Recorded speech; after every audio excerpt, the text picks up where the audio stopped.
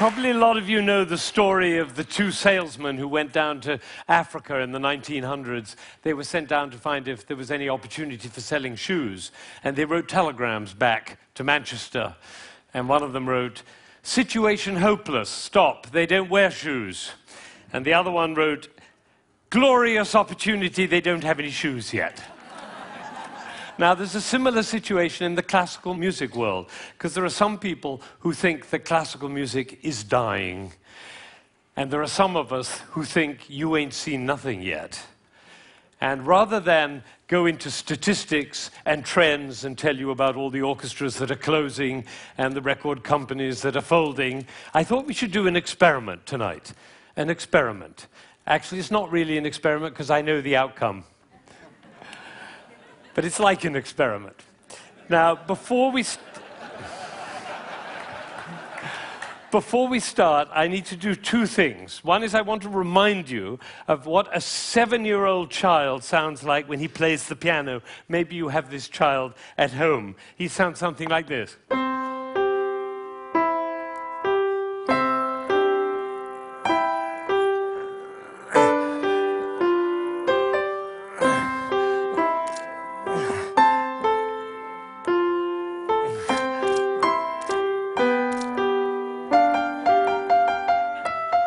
I see some of you recognize this child. Now, if he practices for a year and takes lessons, he's now 8 and he sounds like this. And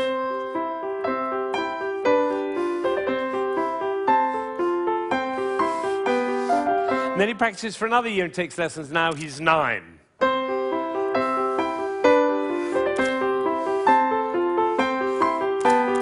And then he practices for another year and takes lessons, now he's 10.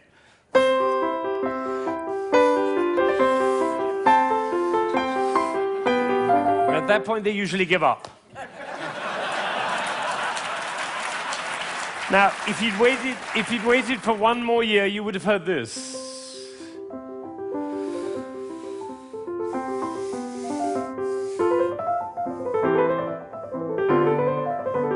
Now, what happened was not maybe what you thought, which was he suddenly became passionate, engaged, involved, got a new teacher, he hit puberty, or whatever it is. What actually happened was the impulses were reduced. You see, the first time he was playing with an impulse on every note.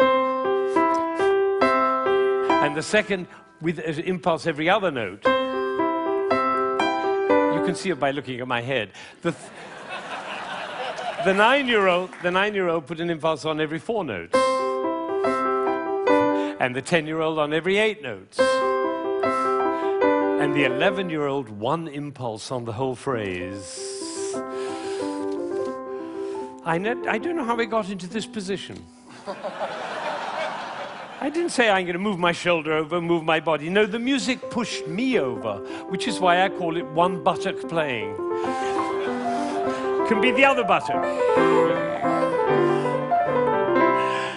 You know, a gentleman was once watching a presentation I was doing, and I was working with a young pianist. He was the president of a corporation in Ohio. And I was working with this young pianist, and I said, "The trouble with you is you're a 2-buttock player. You should be a 1-buttock player." And I moved his body like that while he was playing. Suddenly the music took off. Took flight. There was a gasp in the audience when they heard the difference. And then I got a letter from this gentleman. He said, "I was so moved, I went back and I transformed my entire company into a 1-buttock company." Now, the other thing I want to do is to tell you about you. There are 1,600 people, I believe. My estimation is that probably 45 of you are absolutely passionate about classical music. You adore classical music. Your FM is always on that classical dial, and you have CDs in your car, and you go to the symphony, and your children are playing instruments. You can't imagine your life without classical music. That's the first group. It's quite a small group. Then there's another group, bigger group. These are the people who don't mind classical music. You know, you come home from a long day and you take a glass of wine and you put your feet up, a little Vivaldi in the background doesn't do any harm. Right? That's the second group. Now comes the third group. These are the people who never listen to classical music. It's just simply not part of your life. You might hear it like secondhand smoke at the airport, but and maybe a little bit of a march from Aida when you come into the hall, but otherwise you never hear it. That's probably the largest group of all. And then there's a very small group. These are the people who think they're tone deaf. amazing number of people think they're tone deaf. Actually, I hear a lot, my husband is tone deaf. Actually, you cannot be tone deaf. Nobody is tone deaf. If you were tone deaf, you couldn't change the gears on your car in a stick-shift car. You couldn't tell the difference between somebody from Texas and somebody from Rome. And the telephone. If your mother calls on their miserable telephone, she calls and says hello. You not only know who it is, you know what mood she's in. You have a fantastic ear. Everybody has a fantastic ear. So nobody is tone deaf. But I tell you what, it doesn't work for me to go on with this thing with such a wide gulf between those who understand, love, and passionate about classical music and those who have no relationship to it at all. The tone-deaf people, they're no longer here. But even between those three categories, it's too wide a gulf. So I'm not going to go on until every single person in this room, downstairs and in Aspen, and everybody else looking, will come to love and understand classical music. So that's what we're going to do. Now, you notice that there is not the slightest doubt in my mind that this is going to work, if you look at my face, right? It's one of the characteristics of a leader that he not doubt for one moment the capacity of the people he's leading to realize whatever he's dreaming. Imagine if Martin Luther King had said, "I have a dream." Of course, I'm not sure they'll be up to it. All right, so I'm going to take a piece of Chopin. This is a beautiful prelude by Chopin. Some of you will know it.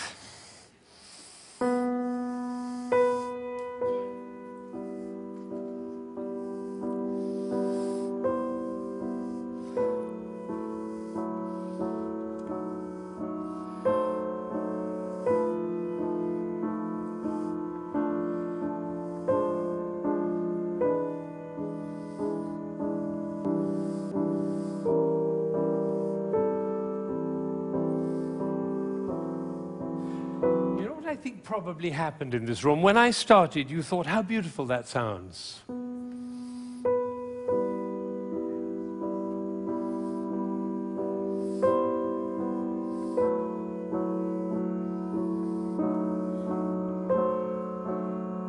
I don't think we should go to the same place for our summer holidays next year. It's funny, isn't it? It's funny how those thoughts kind of waft into your head when we're listening to classical music.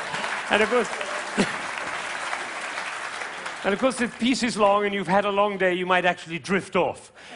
And then your companion will dig you in the ribs and say, "Wake up, it's culture!" And then you feel even worse. But has it ever occurred to you that the reason you feel sleepy in classical music is not because of you, but because of us? Did anybody think while I was playing, why is he using so many impulses? If I'd done this with my head, you certainly would have thought it.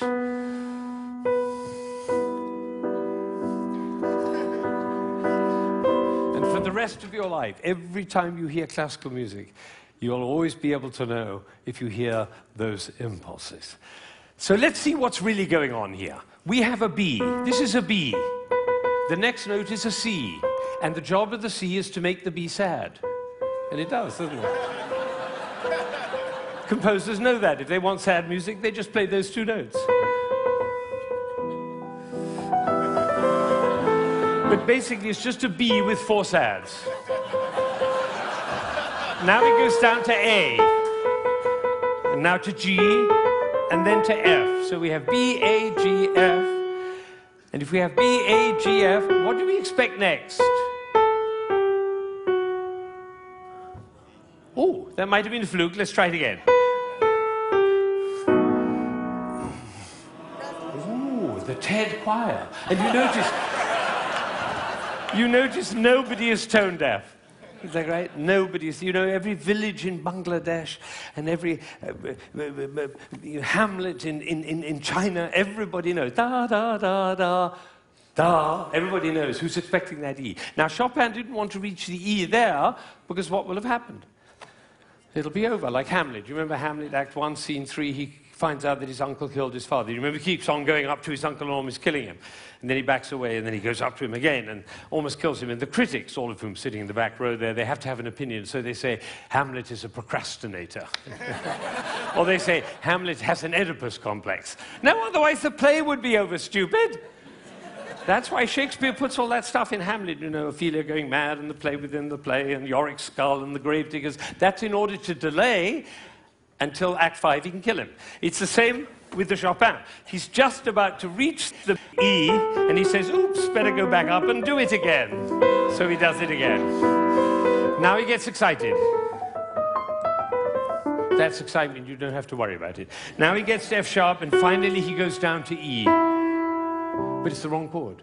Because the chord he's looking for is this one. Right. And instead he does. Now we call that a deceptive cadence. Because it deceives us. I always tell my students, if you have a deceptive cadence, be sure to raise your eyebrows, then everybody will know.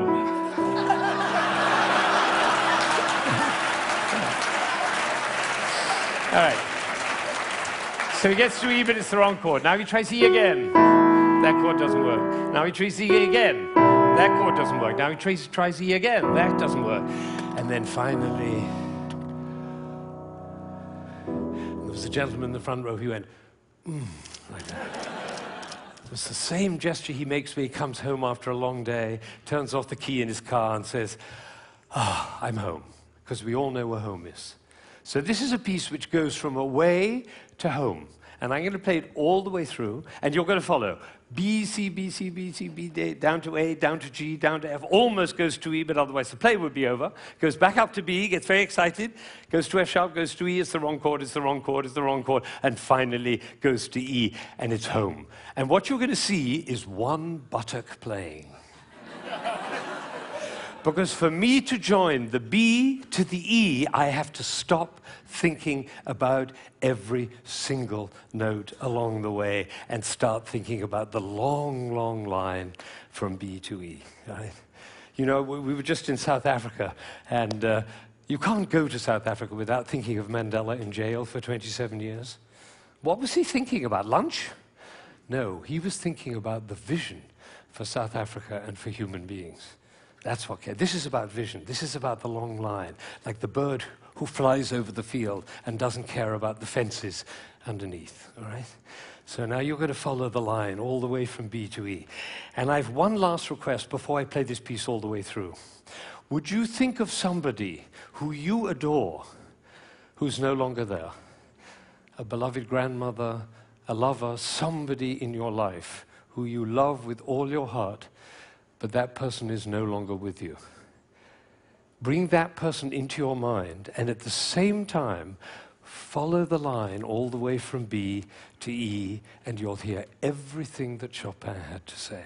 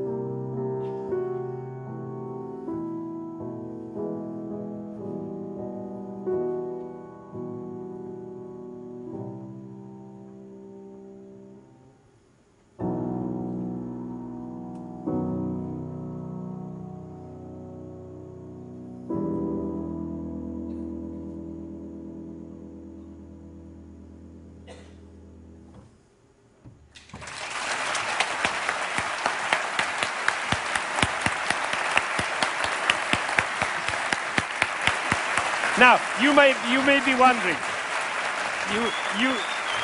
you may be wondering, you may be wondering why I'm clapping. Well, I did this at a school in Boston with about 70 seventh graders, 12-year-olds. And I did exactly what I did with you, and I told them and explained them the whole thing. And at the end, they went crazy, clapping. They were clapping, I was clapping, they were clapping. Finally, I said, why am I clapping? And one of these little kids said, because we were listening. Think of it, 1,600 people, busy people, involved in all sorts of different things, listening, understanding, and being moved by a piece by Chopin. Now, that is something. Now, am I sure that every single person followed that, understood it, was moved by it? Of course I can't be sure, but I tell you what happened to me. I was in Ireland during the Troubles 10 years ago, and I was working with some Catholic and Protestant kids on conflict resolution, and I did this with them.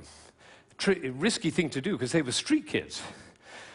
And one of them came to me the next morning, and he said, you know, I've never listened to classical music in my life, but when you played that shopping piece, he said, my brother was shot last year, and I didn't cry for him. But last night, when you played that piece, he was the one I was thinking about. And I felt the tears streaming down my face, and you know, it felt really good to cry for my brother. So I made up my mind at that moment that classical music is for everybody. Everybody. Now, how would you walk? Because you know my profession, the music profession, doesn't see it that way.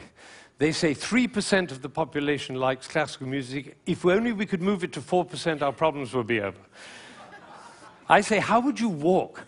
How would you talk? How would you be if you thought 3% of the population likes classical music? If only we could move it to 4%. How would you walk? How would you talk? How would you be if you thought everybody loves classical music? They just haven't found out about it yet. See, these are totally different worlds. Now, I had an amazing experience. I was 45 years old. I'd been conducting for 20 years, and I suddenly had a realization. The conductor of an orchestra doesn't make a sound. My picture appears on the front of the CD. But the conductor doesn't make a sound. He depends for his power on his ability to make other people powerful. And that changed everything for me. It was totally life-changing. People in my orchestra came up to me and said, Ben, what happened? That's what happened. I realized my job was to awaken possibility in other people. And of course, I wanted to know whether I was doing that. And you know how you find out? You look at their eyes. If their eyes are shining, you know you're doing it. You could light up a village with this guy's eyes. Right, so if the eyes are shining, you know you're doing it. If the eyes are not shining, you get to ask a question. And this is the question. Who am I being that my player's eyes are not shining? We can do that with our children too. Who am I being that my children's eyes are not shining? That's a totally different world. Now, we're all about to end this magical on the mountain week, and we're going back into the world. And I say it's appropriate for us to ask the question, who are we being as we go back out into the world? And you know, I have a definition of success. For me, it's very simple. It's not about wealth and fame and power. It's about how many shining eyes I have around me. So now I have one last thought, which is that it really makes a difference what we say, the words that come out of our mouth. I learned this from a woman who survived Auschwitz, one of the rare survivors. She went to Auschwitz when she was 15 years old, and her brother was 8, and the parents were lost. And she told me this. She said, we were in the train going to Auschwitz, and I looked down and I saw my brother's shoes were missing. And I said, why are you so stupid? Can't you keep your things together, for goodness sake? The way an elder sister might speak to a younger brother. Unfortunately, it was the last thing she ever said to him, because she never saw him again. He did not survive. And so when she came out of Auschwitz, she made a vow. She told me this. She said, I walked out of Auschwitz into life, and I made a vow, and the vow was, I will never say anything that couldn't stand as the last thing I ever say. Now, can we do that? No, and we'll make ourselves wrong and others wrong. But it is a possibility to live into. Thank you.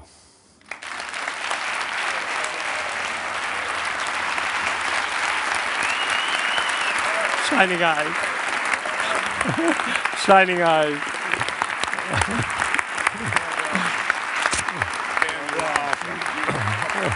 Thank you. Thank you.